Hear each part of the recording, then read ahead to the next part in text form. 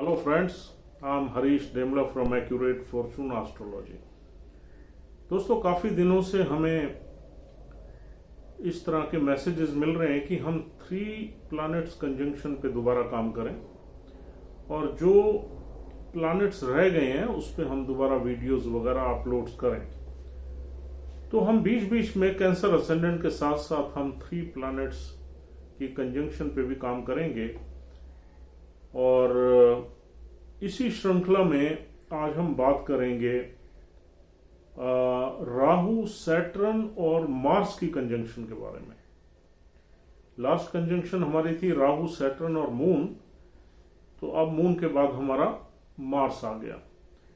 तो यानी कि मेन प्लैनेट इसमें जो सीरीज है राहु और सैटर्न है, उसके साथ हम दूसरे प्लैनेट सारे ले रहे हैं वन आफ्टर वन और उनको डिस्कस करने की कोशिश कर रहे हैं, बताने की कोशिश कर रहे हैं कि इनका इम्पैक्ट क्या रहता है अगर ये कंजंक्शन हमारे बर्थ चार्ट में, ये कंजंक्शन जितने भी हम बात कर रहे हैं ये बर्थ चार्ट से आप देखिए, लगन चार्ट से।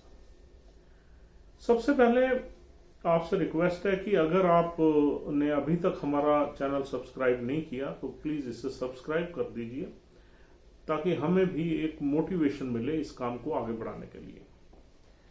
तो आइए दोस्तों देखते हैं 3 प्लैनेट्स कंजंक्शन और इसमें आज हम देख रहे हैं सैटर्न, राहु एंड मार्स की conjunction.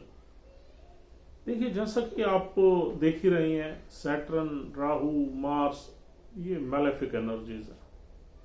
It's a very intense conjunction. Shani के बारे में आपको मालूम ही है, शनि से हम क्या देखते हैं। शनि से हम लिमिटेशंस देखते हैं, रिस्ट्रिक्शंस देखते हैं, ड्यूटी देखते हैं, कमिटमेंट देखते हैं, एंजाइटी देखते हैं, फियर्स देखते हैं, पेन देखते हैं, सॉरो देखते हैं। और सैटर्न से हम हार्डशिप देखते हैं, फ्रस्ट्रेशन देखते हैं, डिले देखते हैं, हर चीज में। स्लो मूविंग प्लैनेट, कोई भी ये सिग्निफिकेंस इसका आता है तो उसमें डिले बड़ी हो जाती है। बीमारी आ जाए तो वो लंबी हो जाती है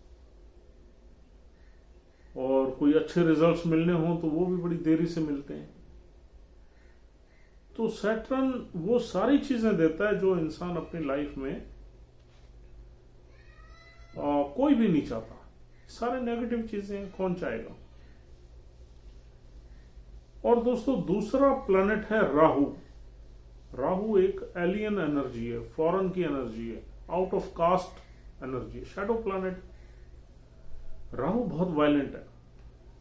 राहु किसी के कंट्रोल में आना बहुत मुश्किल है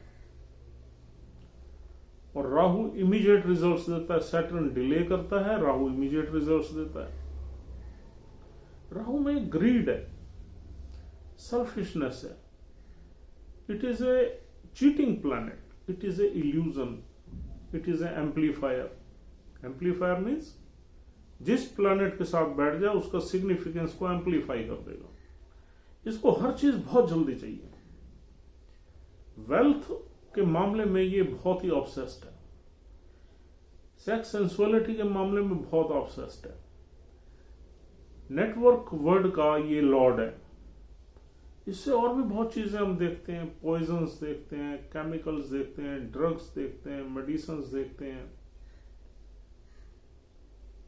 और राहु से हम एक ऑब्सेशन देखते हैं, माइंड की ऑब्सेशन, पागलपन देखते हैं, डिजायर्स देखते हैं। वो डिजायर्स जो लास्ट लाइफ में हमारी अनफुलफिल्ड रह गई, वो डिजायर्स देखते हैं। राहु जहां भी बैठता है उस घर में कुछ ना कुछ वो डिजायर लेके आया है, उस घर में, उस घर के सिग्निफिकेंस को अचीव करने के लिए। और राहु एक धोखेबाज प्लैनेट है। राहु हमें सब चीजें ऑल ऑफ ए सडन देता है और लेता भी ऑल ऑफ सडन है। राहु एक मैलेफिक एनर्जी है। It can not be relied upon, mysterious energy है। It can not be understood easily. और मार्स क्या है? मार्स जो है हमारे ब्लड का कारक है, हमारी मसल्स का कारक है। जितने भी बॉडी में मसल्स हैं, और मंगल हमारी इच्छा शक्ति है, विल पावर है। मंगल से हम अपना anger, aggression, initiative, motive, ambition, ये सारी चीजें देखते हैं। आज हमने कोई दिमाग में कोई चीज आई, डिसाइड की कि आज इस काम को करना है, ये मार्शल एनर्जी है। मंगल से हम एक अनरिलेंटिंग विल पावर देखते हैं। जिनका मंगल अच्छा होता है वो अपने एम्बिशन को या टास्क को पूरा करते ही करते हैं, उसके लिए वो जान झोंक देते हैं। मंगल से हम एक आर्मी पर्सनल या पुलिस ऑफिसर भी देखते हैं, क्योंकि मार्शल एनर्जी है। मंगल स्पोर्ट्समैनशिप को भी रिप्रेजेंट करता है। तो ये अब तीनों के अलग अलग सिग्निफिकेंस हैं और तीनों ही प्लैनेट्स इकट्ठे आ गए। थोड़ी सी ये जो कंजंक्शन है कॉम्प्लिकेटेड है, इसके रिजल्ट्स अच्छे बुरे दोनों ही मिल सकते हैं। हमें ये देखना पड़ेगा कि ये कंजंक्शन बनी कैसे हुई है, किस नक्षत्र में बनी हुई है, किस राशि में बनी हुई है, किस घर में बनी हुई है। इस कंजंक्शन को हम 3 पार्ट्स में डिवाइड कर सकते हैं। एक तो ये है कि ये आपकी प्रोफेशनल लाइफ को कैसे इंपैक्ट करेगी, दूसरा आपके पर्सनल लाइफ को और पर्सनल रिलेशनशिप्स को कैसे इंपैक्ट करेगी, और तीसरा ये है कि आपकी हेल्थ को, जो कि मोस्ट इंपॉर्टेंट है हमारी लाइफ में, उसको कैसे इंपैक्ट करेगी। तो इसमें हाउसेस का बहुत बड़ा रोल है, राशियों का भी बहुत बड़ा रोल है। और फिर इस कंजंक्शन की डिग्री, यानी कि ये कंजंक्शन अगर बहुत ही क्लोज है तो आपको काफी हार्डशिप और काफी लाइफ में ऑब्स्टेकल्स दे सकती है। यानी 3 डिग्री से के अंदर अंदर ये प्लैनेट्स बैठे हुए हैं। तो हाँ, उस केस में अगर ये प्लैनेट किसी एक ही नक्षत्र में है, भाई 3 डिग्री में तो 2 नक्षत्र मिल ही सकते, एक लास्ट में मिल जाए, दूसरा बिगिनिंग में मिल जाए। अगर ये तीनों प्लैनेट्स एक ही नक्षत्र में हैं और उस नक्षत्र का लॉर्ड कहीं वेल प्लेस्ड है, तो फिर इसके अच्छे रिजल्ट्स भी आपको मिल सकते हैं, क्योंकि वही नक्षत्र का लॉर्ड इन्फ्लुएंस करेगा इन तीनों को अपने फल देने के लिए, और कुछ न कुछ अच्छे फल जरूर मिलेंगे। लेकिन प्राइमरीली अगर देखा जाए तो ये कंजंक्शन खराब ही है। अब इसमें क्या हो सकता है, देखिए पहले हम देखते हैं इस कंजंक्शन में हमारे रिलेशनशिप्स को डिस्कस करते हैं। ये कंजंक्शन जिस घर में भी होगी, अगर 10 डिग्री के अंदर अंदर है तो हमारी रिलेशनशिप उस घर से रिलेटेड खराब हो जाएगी। 90% ऐसे रिजल्ट्स मिलने की संभावना है, क्योंकि नक्षत्र बहुत है। किसी अच्छे नक्षत्र में कंजंक्शन बन जाए तो कहीं बचाव भी है, लेकिन इन प्लैनेट्स का इंपैक्ट बुरा ही है। अगर ये चौथे घर में आ जाए तो हमारी मां से रिलेशनशिप एकदम खराब हो जाएगी, 7वें घर में आ जाए तो शादी खराब हो जाएगी, तीसरे घर में आ जाए तो ब्रदर सिस्टर यंगर सिबलिंग्स के साथ खराब, यंगर सिबलिंग्स के साथ तो वैसे ही खराब हो जाएगी, क्योंकि मंगल यंगर सिबलिंग्स का मालिक है और राहु शनि उसे खराब कर देंगे। वो तो by virtue of signification of Mars ये खराब हो जाएगी, चाहे किसी भी घर में हो। तीसरे घर में हो तो और इसका इंपैक्ट बुरा पड़ेगा। और अगर यही कंजंक्शन 11th हाउस में आ जाए तो हमारे एल्डर सिबलिंग्स के साथ खराब कर देगी रिलेशनशिप, और 9th में हमारे फादर के साथ, और 2nd में हमारी फैमिली के साथ, ओवरऑल हमारी एक्सटेंडेड फैमिली के साथ, मतलब चाचे ताऊ मामे माम सब। तो ये तो रिलेशनशिप में ये बुरे, मतलब लड़ाई झगड़े मन मुटाव ये रहेगा, एग्रेशन। क्योंकि देखिए मंगल और राहु अगर नजदीक हैं तो और ज्यादा ये खतरनाक हो जाएगी। मंगल शनि नजदीक है तब भी बुरी है। अगर ये प्लैनेट्स डिस्टेंस पे बैठे हुए हैं और इनमें गैप है 9-10 डिग्री का ईच प्लैनेट में, तो फिर इस कंजंक्शन के अच्छे रिजल्ट्स भी मिल सकते हैं, लेकिन अच्छे रिजल्ट्स रिलेशनशिप में नहीं मिलेंगे, अच्छे रिजल्ट्स मिलेंगे प्रोफेशनल लाइफ में। अब हम अगर प्रोफेशनल लाइफ को देखें तो ये कंजंक्शन आपको टेक्नोलॉजी में ले जाएगी, इंजीनियरिंग वर्क में ले जाएगी। शनि से हम क्या देखते हैं? कंस्ट्रक्शन मटेरियल, अंडरग्राउंड जितने भी मटेरियल है सैटर्न से देखते हैं। मंगल से हम भूमि देखते हैं। राहु से हम मल्टी स्टोरेज देखते हैं, यानी कि एयर का। राहु जो है ना, एयर का प्लैनेट है, तो ये एक बिल्डर को प्रोड्यूस कर सकती है अगर ये कंजंक्शन अच्छी डिग्निटी में है और प्लैनेट्स दूर दूर बैठे हुए हैं। तो ये इंसान को सिविल इंजीनियरिंग में ले जा सकती है, मैकेनिकल इंजीनियरिंग में ले जा सकती है। अगर मंगल का प्रभाव ज्यादा हुआ, शनि का हुआ, तो और ज्यादा यानी कि हैवी मशीनरी में ले जा सकती है और इंडस्ट्रियल इंजीनियरिंग में ले जा सकती है। और अगर राहु का प्रभाव ज्यादा हुआ तो आईटी की तरफ ले जा सकती है, उसमें बुध वगैरह ठीक होना चाहिए, यानी कि नेटवर्क एक्टिविटी में ले जा सकती है।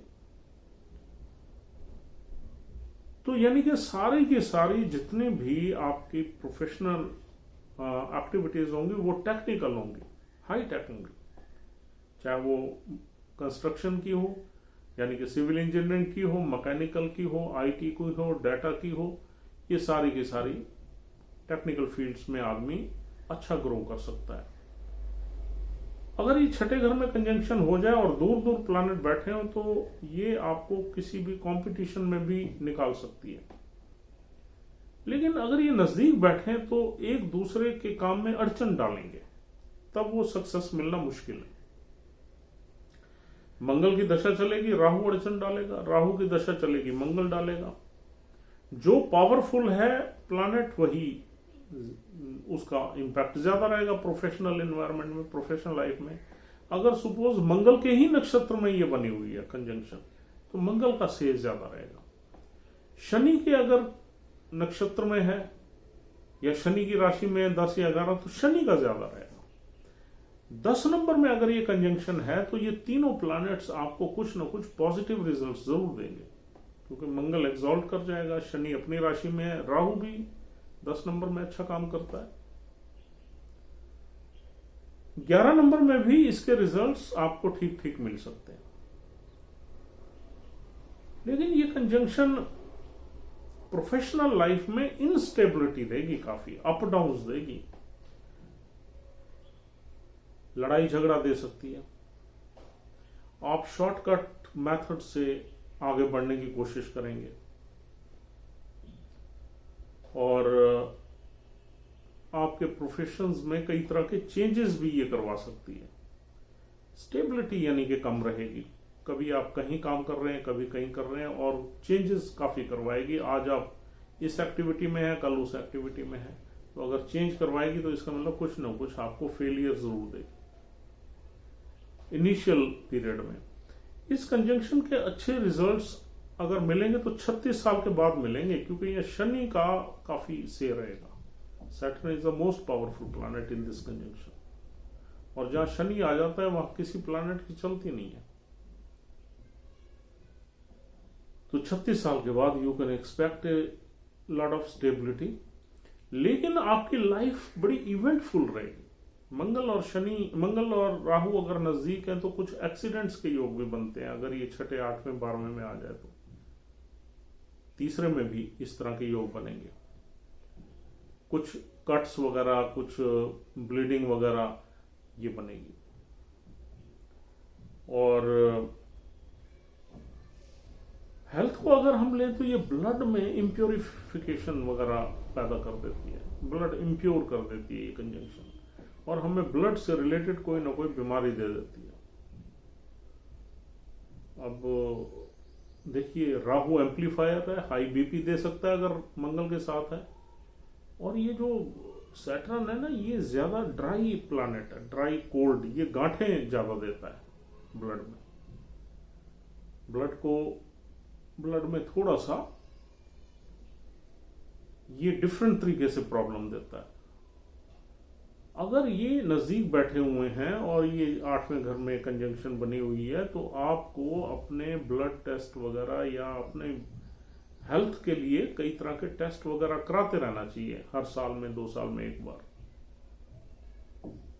क्योंकि 8वां घर बीमारी का है, 12वां घर बीमारी का है, 6ठा घर बीमारी का है। और फिर ये प्लैनेट एनिमीज प्लैनेट है, it is a malefic conjunction. हमारी मसल्स में वीकनेस दे सकती है। मंगल हमारे मसल्स का कारक है, वीकनेस। मंगल हमारे एक्शन का कारक है। हमारे एक्शंस हमेशा डिलेड फॉर्म में रहेंगे या हमारे एक्शन हमेशा ऑब्सेस्ड फॉर्म में रहेंगे। इट ऑल डिपेंड्स कि राहु मंगल के साथ है या शनि। शनि अगर नजदीक है तो डिले कर देगा। आज हमने सोचा आज हम ये करेंगे, वो नहीं कर पाएंगे। और अगर राहु नजदीक है तो हम बड़े ऑब्सेस्ड रहेंगे, बड़े एंशियस रहेंगे कि हमने ये करना ही करना है। अगर राहु नजदीक है तो राहु हमें हमारी इच्छा शक्ति को बढ़ा देगा और हम कोई अनरियलिस्टिक एम्बिशन या टास्क लेके उसके पीछे लग जाएंगे। बहुत लोगों को हमने देखा है without even proper ability they start preparing for higher competitions, administrative competitions, whereas their abilities, their intelligence, their hardship do not support all that. Academic भी नहीं सपोर्ट करता। ये राहु की एनर्जी। राहु इल्यूसिव प्लैनेट है। मंगल के साथ बैठ जाएगा, विल पावर हमारी बढ़ जाएगी, हम एक डिसीजन ले लेंगे, अनरियलिस्टिक डिसीजन जो कभी पूरा नहीं होगा। ऐसे ही अगर सूर्य के नक्षत्र में बैठ जाए, सूर्य क्या हमारा करेज है, हमारा कैरियर है, तो कैरियर में हमें अनरियलिस्टिक एक उड़ान दे देता है, एम्बिशन दे देता है, टास्क दे देता है which can not be achieved. तो राहु की इस एनर्जी को हमें अंडरस्टैंड करना चाहिए। We should be very realistic in our approach. और अगर आपके किसी बच्चे के उसमें ये कंजंक्शन है तो उसे आप टेक्निकल फील्ड्स में डाल दो, जिसमें भी शौक हो उसको उसमें डाल दो, ही विल बी सक्सेसफुल। और दोस्तों, और अगर ये कंजंक्शन हमारी हाउसेस को अगर देखें तो 10th हाउस में है तो हमें कहीं ना कहीं प्रोफेशनल परस्यूट्स में रखेगी। और अगर हमारी 5th हाउस में ये कंजंक्शन है तो हमारे पेट वगैरह से रिलेटेड प्रॉब्लम्स दे देगी। एब्डोमिनल प्रॉब्लम सीवियर रहेगी हमें। और अगर हमारे 4th हाउस में तो heart related, blood pressure, heart से रिलेटेड प्रॉब्लम दे सकती है। 3rd हाउस में है तो हमारे कहीं शोल्डर बोन में या हमारे थ्रोट में या हमारी थायराइड जैसी प्रॉब्लम दे सकती है, या हमारे हैंड्स में कुछ वीकनेस दे सकती है। और 1st हाउस में है तो हमारा जो स्वभाव है, बिहेवियर है, या हमारी जो नेचर है, उसको ये बहुत एग्रेसिव बना सकती है और हम बैड कंपनी में जा सकते हैं। हमारी पर्सनालिटी थोड़ी सी वायलेंट पर्सनालिटी बना सकती है और हमारे अंदर जो है कुछ इस तरह की एनर्जीज होंगी जो हमें नेगेटिव चीजों को करने के लिए इंस्पायर करती रहेंगी। और 11th हाउस में है तो हमारा नेटवर्क सर्कल कुछ सेल्फिश लोगों का हो सकता है, कुछ चीटर्स का हो सकता है, कुछ ऐसे लोगों का हो सकता है जो हमें हमारा भला नहीं चाहते, हमें कहीं ना कहीं नुकसान देंगे वो। और अगर ये 12वें घर में है तो थोड़ा सा अगेन हमारी हेल्थ में वीकनेस देगी, हमारे कहीं ना कहीं लॉस या करेज का नुकसान होगा। हाँ, अगर 12वें घर में ये हमें फॉरेन कंट्री की तरफ ले जाती है, हालांकि ऐसी कंजंक्शन हमें कुछ पर्टिकुलर मिशन में नहीं ले जाती, क्योंकि ये एंटी प्लैनेट्स हैं। ये तब हमें फॉरेन लैंड ले जाएगी जब ये किसी एक ही नक्षत्र में होगी और उस नक्षत्र का लॉर्ड या तो वहीं बैठा हुआ है या 9th हाउस में और योग कारक प्लैनेट का नक्षत्र है, या चौथे में आ जाए, तब ये हमें फॉरेन कंट्री की तरफ ले जाएगी और वहां हार्डशिप कराएगी। लेकिन ऐसी कंजंक्शन के लोग हमने काफी सेटल्ड देखे हैं, टेक्निकल फील्ड्स में देखे हैं और अच्छा परफॉर्म करते हुए भी देखे हैं। तो प्रोफेशनल लाइफ में इतनी आपको नेगेटिविटी लाने की जरूरत नहीं है। अगर ये कंजंक्शन थोड़ी सी अच्छी डिग्निटी में है, किसी अच्छे नक्षत्र में है और ये दूर बैठे हुए हैं या पास बैठे हुए हैं तो एक ही नक्षत्र में है। तो दोस्तों this is all for the day. उम्मीद करता हूं you have understood the in depth meanings और रिजल्ट्स ऑफ दिस कंजंक्शन। और आप जब भी इस कंजंक्शन को देखें तो इस कंजंक्शन के हिसाब से अपने प्रोफेशन को करें तो आपको डेफिनेटली यहाँ पर बेनिफिट्स मिलेंगे। और दूसरा, आप रिलेशनशिप्स वगैरह में भी बहुत ज़्यादा एग्रेशन या बहुत ज़्यादा ईगो या एंगर वगैरह को अवॉइड करें, और नहीं तो ये रिलेशनशिप्स खराब करने के लिए ये अप्रोप्रिएट कंजंक्शन है। This is all for the day. Have a nice time. Thank you very much for watching this video. We'll see you soon. Thanks a lot.